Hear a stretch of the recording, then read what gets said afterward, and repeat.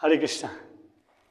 देखिए, ये interrogative sentences of past indefinite tense का ये पार्ट 2 समझना, क्योंकि ये रूल नंबर 2 है। तो रूल नंबर 1 का वीडियो से जिसको न समझ में आएगा तो वो, क्योंकि उसमें रूल नंबर 2 को मैंने एक्सप्लेन किया है लेकिन थोड़ा जल्द हो गया है, तो अभी हम इसको फिर से बताने का प्रयास कर रहे हैं ताकि आप लोग अच्छे से समझ जाओ। तो यहाँ कैसा है कि जिन हिंदी वाक्यों में प्रश्नवाचक शब्द कब, क्यों, कहाँ, कैसे, ये 4 है ना, कब, क्यों, कहाँ, कैसे, व्हेन, व्हाई, वेयर, हाउ, इसलिए इनको कहते हैं WH आंसर टाइप क्वेश्चन।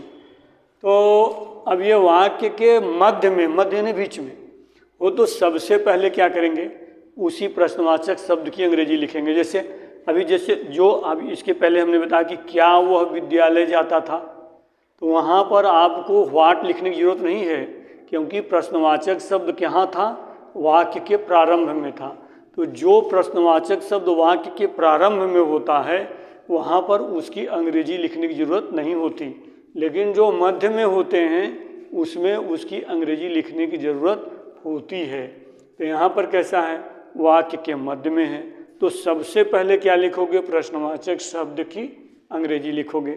फिर क्या लिखोगे, did plus subject plus main verb का फर्स्ट फॉर्म भी लिखना, ध्यान रखना, और ऑब्जेक्ट प्लस कॉम्प्लीमेंट। अब जैसे एग्जाम्पल को ध्यान से देखिए कि वह विद्यालय कब जाता था, तो यहाँ पर कब कहाँ है, मध्य में है, हाँ कि ना। अब ये देखो, जैसे दूसरा एग्जाम्पल क्या है, वह बाजार क्यों जाता था, तो क्यों कहाँ है, बीच में हो गया। वह प्रतिदिन कहाँ जाता था, तो कहाँ कहाँ हो गया, बीच में हो गया। और वे बाजार कैसे जाते थे, ये क्या हो गया, बीच में हो गया, कैसे। तो ये टाइम बता रहा है, ये काज कारण बता रहा है, प्लेस बता रहा है, मैनर बता रहा है। तो अब यहाँ आपको देखना है कि अब ये जैसे कि प्लेस का टाइम बताना, कब के लिए तो सबसे पहले इसकी अंग्रेजी लिखोगे व्हेन। क्या लिखा है यहाँ, व्हेन लिखा, कब, कि वह विद्यालय कब जाता था, तो सबसे पहले कब, व्हेन, उसके बाद हेल्पिंग वर्ब डिड, तब फिर वह की अंग्रेजी ही, गो टू स्कूल। ये दूसरा एग्जाम्पल देखेंगे कि वह बाजार क्यों जाता था, तो पहले क्यों की अंग्रेजी लिखोगे वाई के बाद हेल्पिंग वर्ब डिड के बाद तब इसका यहाँ देखो रूल देखते जाना, सब्जेक्ट लिखा है ही, तब मेन वर्ब गो का यहाँ मेन वर्ब का फर्स्ट फॉर्म लिखा है, उसके बाद ऑब्जेक्ट क्या हो गया, मार्केट। ठीक, अब ये देखो, वह प्रतिदिन कहाँ जाती थी, प्लस बताना वेयर के बाद डिड शी गो डेली, प्रतिदिन। अब यहाँ क्या है, वे बाजार कैसे जाते थे, how did they go to market. ठीक है, समझ में आ गया।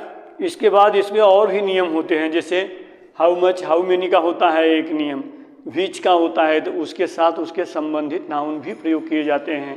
हाउ, उसके बाद हु का होता है, तो हु वाले वाक्य में जो जिन प्रश्नवाचक शब्दों में कौन होता है, तो उसे कौन पढ़ाता था, तो वहाँ पर आपको हु के साथ डिड का प्रयोग नहीं होगा।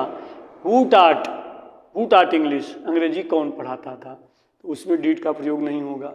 हाउ मच, हाउ मेनी के साथ में संबंधित नाउन भी प्रयोग होता है। तो पहले आप लोग इसको समझिए, उसके बाद तब हम आप लोगों को हु का भी नियम बताएंगे, हाउ मच और हाउ मेनी का बताएंगे, विच का बताएंगे, ऐसे जो भी नियम हैं वो बताते रहेंगे। ठीक, हरे कृष्णा।